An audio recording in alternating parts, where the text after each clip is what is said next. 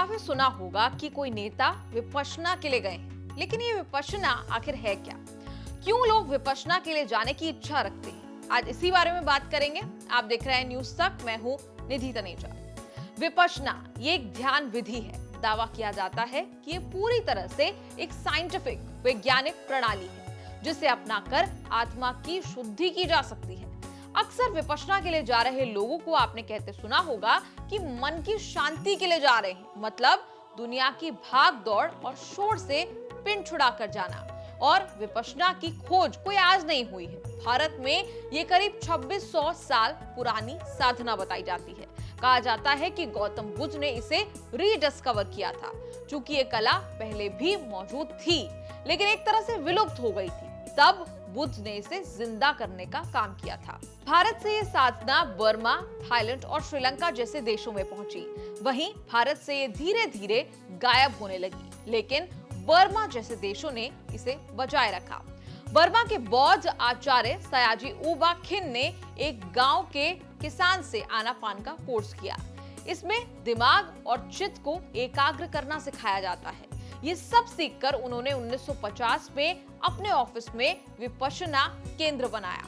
1952 में सयाजी ने रंगून में इंटरनेशनल विपश्यना ध्यान केंद्र की स्थापना की। 31 साल की उम्र में सत्यनारायण गोयनका भी सयाजी के पास आए। 14 साल तक ट्रेनिंग ली। फिर 1969 में गोयनका विपश्यना को एक बार फिर भारत में लेकर आए। शिविर लगाने शुरू कर दिए, लोगों को ट्रेन किया। ऐसे भारत में फिर विपश्यना जीवित होने लगा। 2012 में उन्हें इस काम के लिए पद्म भूषण सम्मान भी दिया गया था। अब आखिर विपश्यना की ये प्रक्रिया आखिर होती क्या है? देखिए, 10 दिन की इस प्रक्रिया में आपको मौन रहना होता है, घंटों बैठकर मेडिटेट करना होता है। कई बार हमारे दिमाग में काफी बातें चल रही होती हैं, या फिर हम ओवरथिंक कर रहे होते हैं। उस सबसे पीछा छुड़ाने के लिए लोग इसी तरह मेडिटेशन करते हैं। इसमें इंसान अपने आप को अंदर से शुद्ध करने की कोशिश करता है। जो कुछ भी घट रहा है उसको इंसान तटस्थ होकर देखता है और अपने मन को साफ करने की कोशिश करता है। और ये सब होता कैसे है? देखिए, 10 दिन की इस प्रक्रिया में आपको ध्यान करना होता है, आपको एकदम चुप रहना होता है, आप किसी से भी बात नहीं कर सकते। विपश्यना में आने वाले हर इंसान को अपना मोबाइल बंद रखना होता है, यानी आप दुनिया से कट जाते हैं उन 10 दिनों के लिए। अगर आपको कोई भी दिक्कत होती है तो वहां मौजूद आचार्य से आप बात कर सकते हैं। अब बताते हैं कि विपश्यना के 3 स्टेज आखिर होते कौन से हैं। देखिए, पहला स्टेज, जो साधक होता है वो उन सब चीजों से दूर रहता है जिससे उसको नुकसान हो।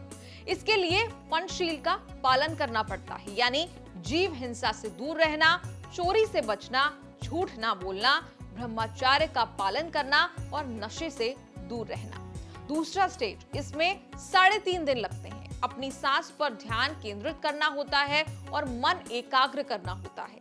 इसे आनापान कहते हैं, मतलब आन और अपान, आने वाली सांस और जाने वाली सांस। इससे आपकी मेमोरी जो है वो बढ़ती है। तीसरा स्टेज, इसमें बॉडी के अंदर हर पल घट रही संवेदनाओं को एक दर्शक जैसे देखना सिखाया जाता है। ऐसे में अपने अंदर जो भी वेदना संवेदना चल रही है उसका पैटर्न समझ में आने लगता है। ये समझ आता है कि अच्छा हो या बुरा सब बदलता रहता है। हम चाहे तब भी उसका बदलना हम रोक नहीं सकते। कहा जाता है कि साधना के दौरान पहले 9 दिनों तक आपको मौन रहना होता है। फिर आखिर में मंगल मैत्री का अभ्यास करवाया जाता है। हमारी साथी पत्रकार सरिता तिवारी, जो कि खुद विपश्यना में 10 दिन बिता चुकी हैं, उन्होंने हमें विपश्यना का पूरा शेड्यूल बताया। ये भी बताया कि ये साधना करना, 10 दिन दुनिया से कट कर रहना आखिर कितना मुश्किल होता है। सुबह 4 बजे बड़ा सा घंटा बजता है और उसके बाद 4:15 से जो मॉर्निंग बेल्स होती हैं, जो वहाँ पर सेविकाएं होती हैं, वो मदद करती हैं आपको जगाने के लिए। तो 4:30 तक आपको फाइनली जाग जाना होता है और 4:30 से 6:30 बजे तक आपको मेडिटेट करना होता है। और 6:30 से फिर आपका जो है ब्रेकफास्ट टाइम होता है। 7 बजे तक का आप ब्रेकफास्ट करते हैं। देन उसके बाद आप जो है 8 बजे तक आप रेस्ट कर सकते हैं, या नहाना धोना होता है, ये सब कुछ करना होता है। देन उसके बाद 8 बजे से 11 बजे तक फिर आपको ग्रुप में मेडिटेशन जो है करना होता है एक हॉल में। 11 बजे आपका लंच होता है। और थोड़ा सा ये भी आपको बता देती हूँ कि जैसे नाश्ता होता है तो डाइट क्या होती है।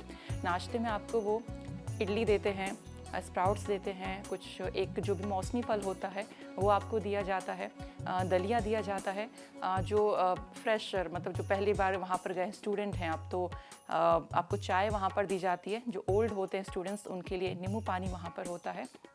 जो हेल्दी ब्रेकफास्ट कह सकते हैं वहाँ पर दिया जाता है। और अब बात करते हैं, हम लंच पे आ जाते हैं। 11 बजे लंच होता है। 11 बजे लंच में बहुत ही हेल्दी वो लंच देते हैं, लाइट, जैसे आपका रोटी चावल दाल ये होता ही होता है, प्लस आपकी कोई भी हरी सब्जियां वहाँ पे 1 या 2 हरी सब्जियां देते हैं। साथ ही सैलेड होती है, बहुत सारी सैलेड होती है, ग्रीन सैलेड ही आपको देते हैं। बॉयल वेजिटेबल्स होती हैं वो आपको वहाँ पर दी जाती हैं। और इस तरीके से ये आपका साथ में सूप भी होता है। तो डेली इसी तरीके से आपका लंच होता है। 11 बजे लंच करने के बाद आपका 1 बजे तक का रेस्ट होता है। उसमें आप अपने कपड़े धो सकते हैं या फिर आराम कर सकते हैं। फिर 1 बजे से लेकर आपको जो है 3 बजे तक फिर से आपको मेडिटेट यहाँ पर 5 बजे तक पूरा मेडिटेशन यहाँ पर चलता है। या फिर वो शेल्स वहाँ पर दी जाती हैं कि आप वहाँ पर अकेले भी मेडिटेट कर सकते हैं, या फिर आपको हॉल में ग्रुप में सबके साथ करना होता है। उसके बाद शाम को 5 से 5:30 बजे तक आपका डिनर टाइम कह लीजिए होता है, जिसमें आपको सिर्फ खिचड़ी और मुरमुरे मिलते हैं। तो जिन लोगों को आदत है कि बहुत हैवी डिनर करने की, तो पहले आपको बता दूं कि 5 बजे ये लास्ट होता है जब आपको कुछ खाने के लिए दिया जाता है। तो डेली आपको मुरमुरे और यहाँ पर नमकीन खिचड़ी होती है, लेकिन वो बहुत हेल्दी होती है। प्याज लहसुन कुछ नहीं होता है, बहुत ही सात्विक भोजन जिसे हम कहते हैं। तो तीनों टाइम इस तरह का भोजन वो लोग देते हैं। अब यहाँ पर 5:30 के बाद ये होता है कि 6 बजे तक वो कहते हैं कि आप थोड़ा सा वॉक वहाँ पर करने के लिए कहा जाता है। फिर 6 बजे से लेकर 7:30 बजे तक फिर से आपको मेडिटेट करना है। फिर 7:30 बजे से लेकर 8:30 बजे तक गुरुजी हैं वहाँ, उनका डिस्कोर्स होता है, प्रवचन होते हैं। और उसके बाद 8:30 से 9 o'clock तक जो वहाँ पे टीचर होते हैं उनसे आप सवाल जवाब कर सकते हैं। आपके मन में कोई सवाल है आप उनसे पूछ सकते हैं। अगर नहीं सवाल है तो आप जो है अपने रूम में जा सकते हैं। और 9:30 तक आपको लाइट्स ऑफ कर देनी होती हैं। तो ये मैंने बता दिया वहाँ पे शेड्यूल क्या कुछ होता है। तो नो डाउट आपको शुरू के जो 2 से 3 दिन होते हैं, आपको पहले तो ये लगेगा कि आप पता नहीं कहाँ पर आ गए हैं, बेचैनी होगी, क्योंकि आपको घंटों बिना बॉडी को मूवमेंट किए हुए आपको रहना होता है।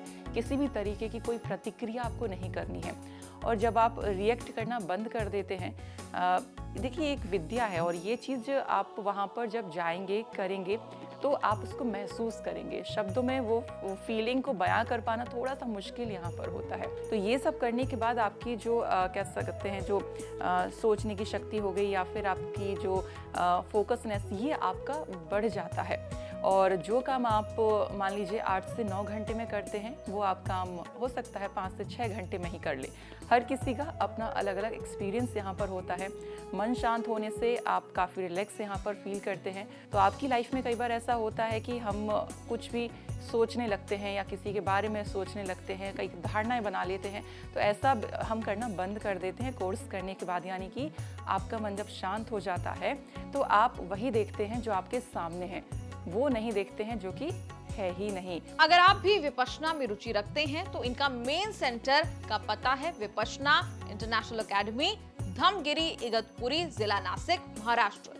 देश में इसके करीब 70 सेंटर हैं और दुनिया में कुल 160 से ज्यादा सेंटर्स मौजूद हैं। कहा जाता है कि बुद्ध को प्राप्त सारा ज्ञान का सार विपश्यना में है। और कहा यह भी जाता है कि विपश्यना का मतलब है जो जैसा है उसे ठीक वैसे ही देखना।